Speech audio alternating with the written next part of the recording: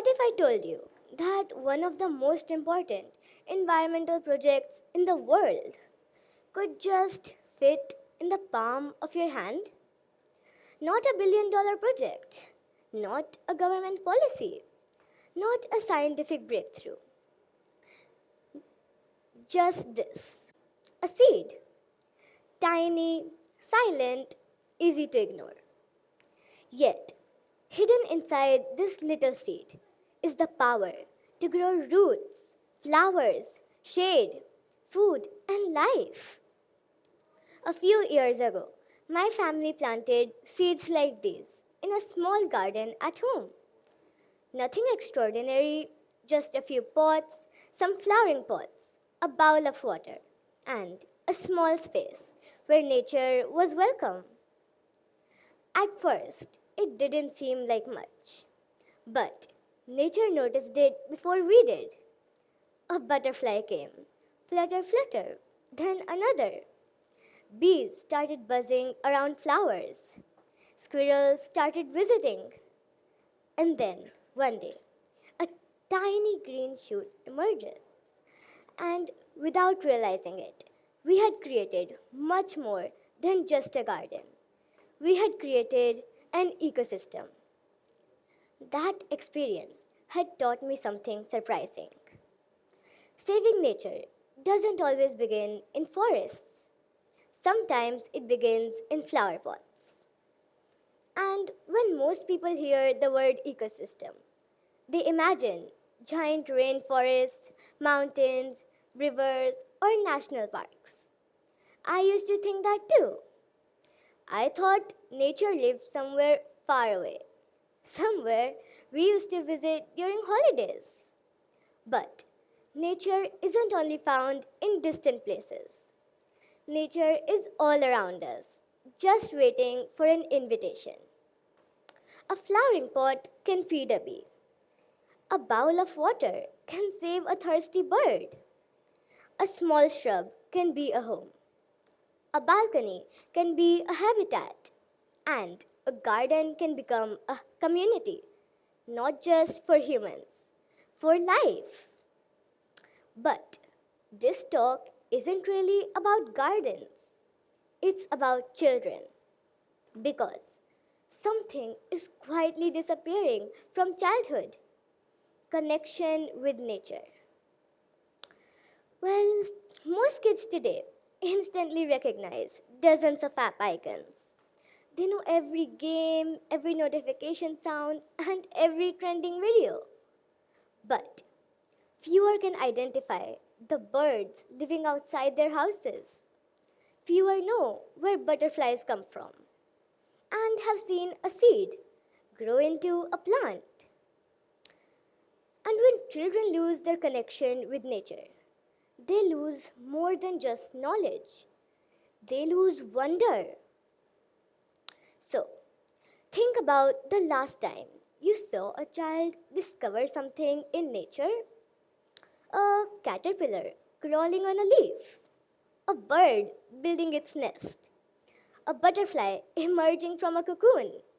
There's always a same reaction: curiosity, excitement, questions.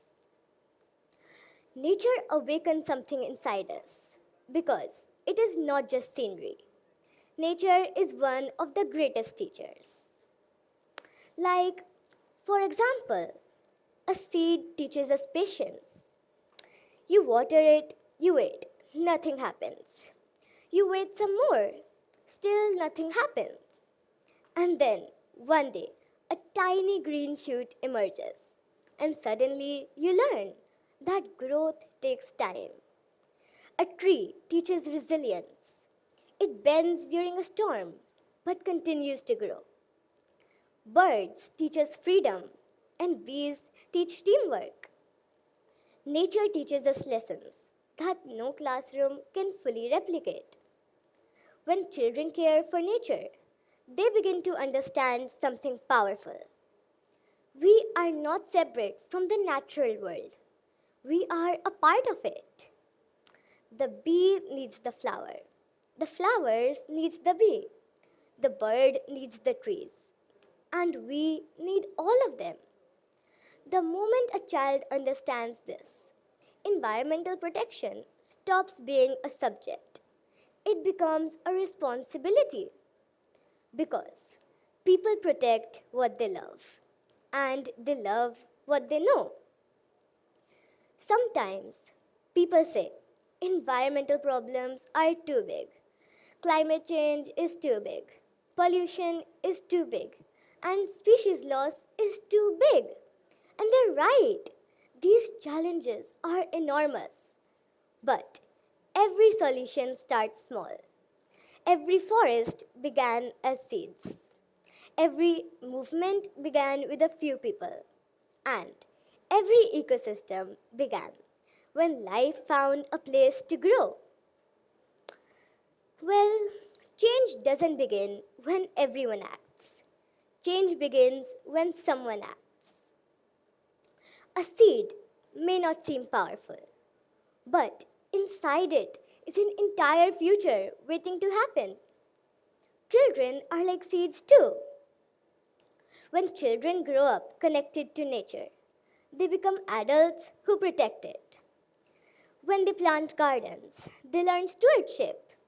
When they feed birds, they learn compassion. And when they care for living things, they learn responsibility.